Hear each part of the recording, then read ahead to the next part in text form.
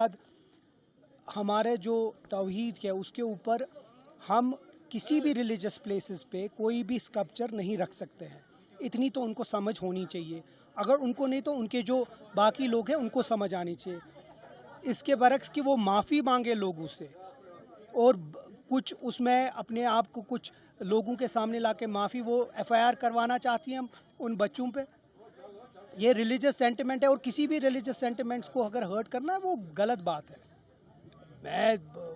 हम बड़े पुरजोर तरीके से उसकी मजम्मत करते हैं। बाकी देखेंगे। उनको लगता है मैंने तो इस मुल्क में सबसे बड़ी बात यह है कि फ्रीडम ऑफ स्पीच है और मैंने वही बात कही है कि जो चीज़ दरगाह आस्थान में नहीं होनी चाहिए, कोई भी स्कल्पचर नहीं होना चाहिए, तो पहले तो उनको उतनी समझ होनी चाहिए क्योंकि एक रिलीजियस इंस्टीट्यूशन है, वो वीसी है एक रिलीजियस इंस्टीट्यूशन की। इतनी तो उनकी अकल होनी चाहिए। इसीलिए ये तो एक तो शर्म की बात है, उसके बाद वो एफआईआर की धमकियां देती है। बड़े अफसोस है। यही होता है जब ये बेताज बादशाह बैठे जाते हैं इन कुर्सियों पे, यही होता है। बोला कि अगर हम कल भी अगर देखें, चाहे रणवीर सादिक भी ये हजरत बल आए, अगर उसकी जेब में जो पर्स है उसको पैसे देखे, उसमें भी ये होता है, तो फिर क्या कोई ये ऑर्डर निकाले कि पैसे के बगैर डिवोटीज आए? जेब में होते हैं पैसे, बाहर नहीं होते पैसे। एक दरगाह आस्थान है ये कोई गवर्नमेंट बिल्डिंग नहीं है जो कि इसको लगता है, इस मैडम को लगता है ये गवर्नमेंट बिल्डिंग है। गवर्नमेंट बिल्डिंग नहीं है। इसमें कश्मीरी, जम्मू कश्मीर के लोगों का खून के पैसों से ये बना है। ये किसी की घर की जागीर नहीं है। और अगर अंदर कोई जाता है तो वो नमाज पढ़ने जाता है, वो अपनी रिलीजियस ड्यूटी करने जाता है। और ये दरगाह आस्थान है।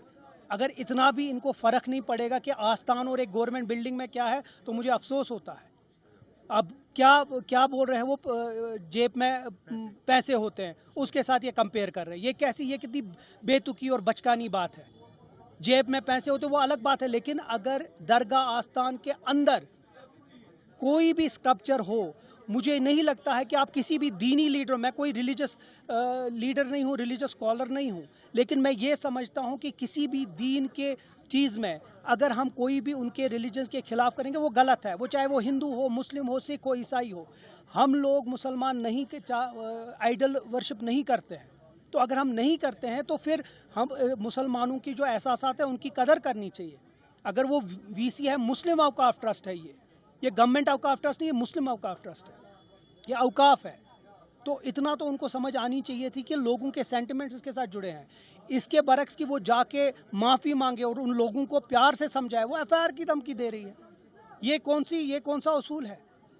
बड़ा अफसोस हो रहा है मुझे इस बात पे।